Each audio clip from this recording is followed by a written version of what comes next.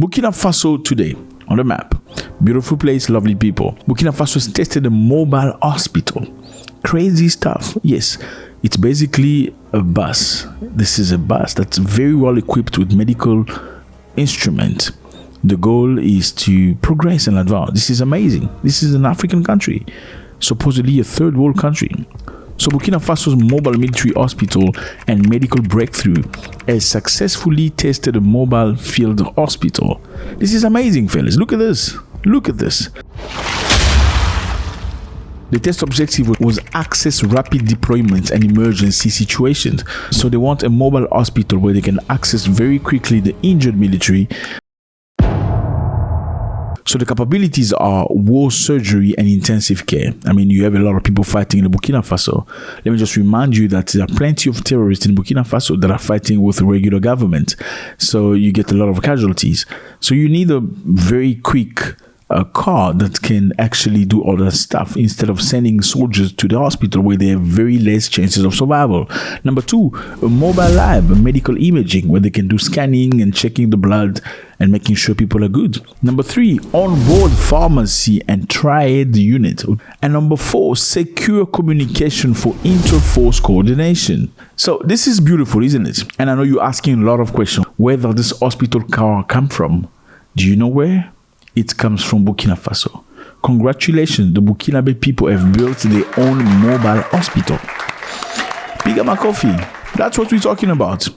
You know, Africa should be different. We are tired of Africa begging, always getting things from China, from Russia, from America.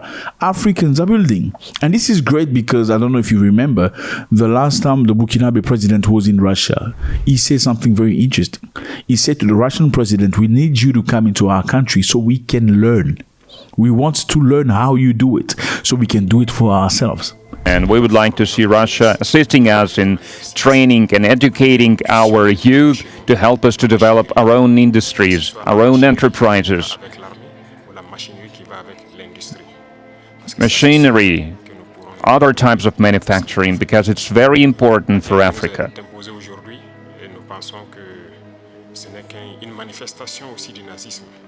We believe that terrorism that we can see today is a legacy of imperialism, and that's something that we fight against.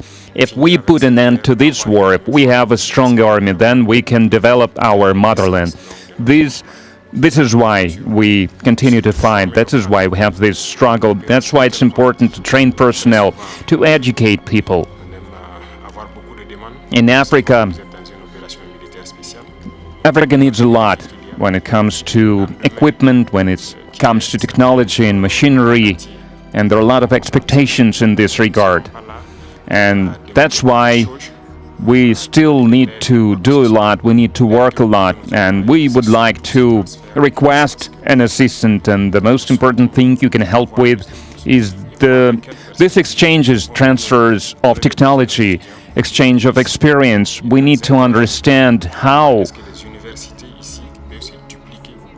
we can use the experience and the know-how that Russian universities have, and how we can spread it to Burkina Faso, how we can open branches of the Russian universities and Burkina Faso to be more efficient in the way we educate our people, our citizens. This is the essential task that we are faced with. You see the mentality? It's not about begging.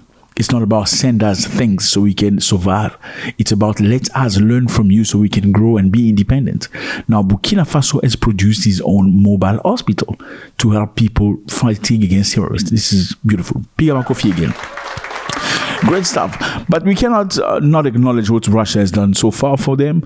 Russia actually, in 2025, Russia sent an anti-epidemic laboratory to Burkina Faso capable of processing about 800 tests per day to enhance its biosecurity infrastructure. So they basically know that some of the Western countries throw funny diseases in Africa, you know, like Ebola. You think those things come from nature? Absolutely not. I mean, somebody created it. What do you mean? So in order for Africans to combat combat those things, or at least find a way to deal with them without having to rely on Western nations and colonizers, you can do your own test and stuff. So Russia sent some of the mobile laboratory to help Burkina Faso.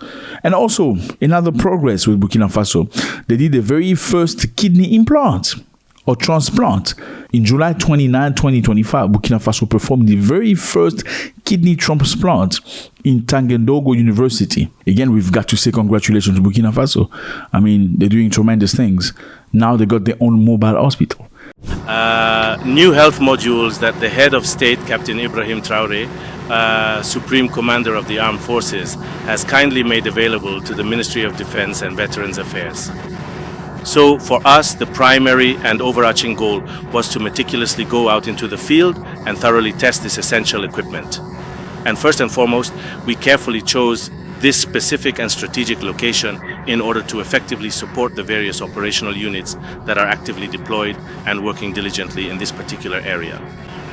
Secondly, to really test the equipment and see if there are any minor shortcomings that might need to be corrected. And finally, to also provide assistance to the local population at the same time. So I would really like to take this wonderful opportunity to express my truly deep satisfaction with all of the dedicated personnel who were mobilized for this important activity. For their unwavering professionalism, their steadfast commitment, their resolute determination, and above all, for absolutely everything they have successfully accomplished since they've been here, whether in terms of skillfully utilizing the essential equipment or in performing crucial surgical interventions to effectively assist the local civilian population. And we are very, very satisfied, extremely satisfied. I think this should be repeated. We would certainly do it again with the same people. And allow me also to take this opportunity through your microphone to acknowledge the support of the management of the Tengodobo Regional Hospital Center, with whom we had a very good collaboration working for the benefit of the population. This is what progress looks like. It's not about just receiving. First kidney transplant in Burkina Faso. And now it is possible to perform kidney transplants in Burkina Faso, the land of upright people. So it's amazing. And you're probably asking yourself a question, why don't they do it in Burkina Faso? Well, because they don't have the facilities. Unfortunately, most African presidents, when they come into power, they loot, they steal, they take away from the country. Instead of investing, they build houses, they buy houses in Dubai, in Shanghai. They marry the second, the third, the fourth wife. They finance their children's businesses instead of building road and hospital and infrastructure. And what's very sad is when they become very sick themselves, they have to travel to a foreign nation to go get treated. That is extremely sad. I mean, the case of many presidents. Very lately, the ex-president of Zambia, Lungu, this man right here, he had to travel to a foreign country to go get treated for a disease. I mean, after all these years, one must ask in power, why haven't you built decent enough hospitals or decent enough infrastructure where you could get help? And guess what happened? Apparently, the following president, the replacing president, stopped him from traveling when he was sick. You know what I'm saying? So he couldn't travel out of Zambia. Now, Burkina Faso doesn't want that no more. Instead of having people go all the way to France to get a kidney transplant, having to wait on the list, going to different countries, to India, now you can do kidney transplant in Burkina Faso, which is the first. Congratulations. You can see progress. You can see them moving forward. Congratulations on that. Kigama Kofi.